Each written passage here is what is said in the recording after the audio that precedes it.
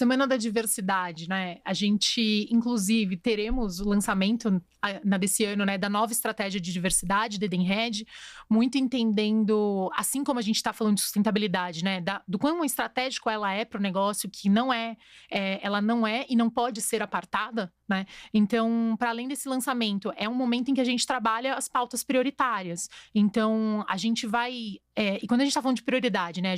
A gente está falando, então, de gênero, olhando para a inclusão de mulheres, raça, olhando para a inclusão de pessoas negras na organização, e a inclusão de pessoas com deficiência. A pauta etária, né? Principalmente quando eu olho para pessoas 50 mais e LGBTI+, são temas que a gente começa a trabalhar de maneira interseccional. Sim. Né? Eu consigo ter uma pessoa que tenha mais de um marcador e a gente olhar isso dentro do processo seletivo, né? E dentro das outras etapas dessa jornada dessa pessoa conosco.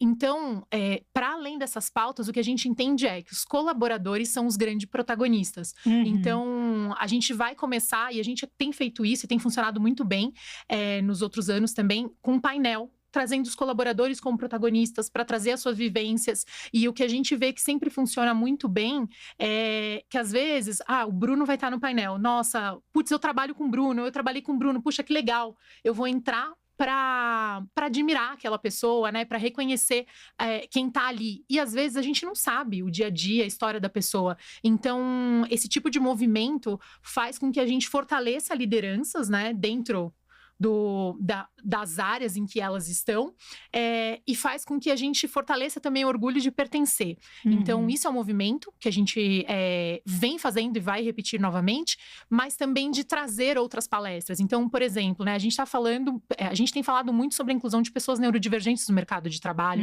Agora tem a NR1 e toda a questão dos riscos psicossociais. Então, são pautas que a gente tem que ir trabalhando ao longo do ano, não é só na Semana da Diversidade, isso são exercícios que a gente faz, mas que é um momento muito forte em que a gente pode reforçar isso.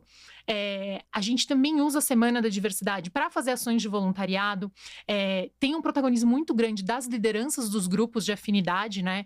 Para quem não conhece ou não sabe, são espaços de acolhimento, mas também são espaços de desenvolvimento de projetos, né? E o grupo de afinidade tem muito um papel de ajudar a gente na manutenção da cultura organizacional, né? A partir do momento em que a gente dá esse espaço para eles, que é o que a gente tem feito hoje.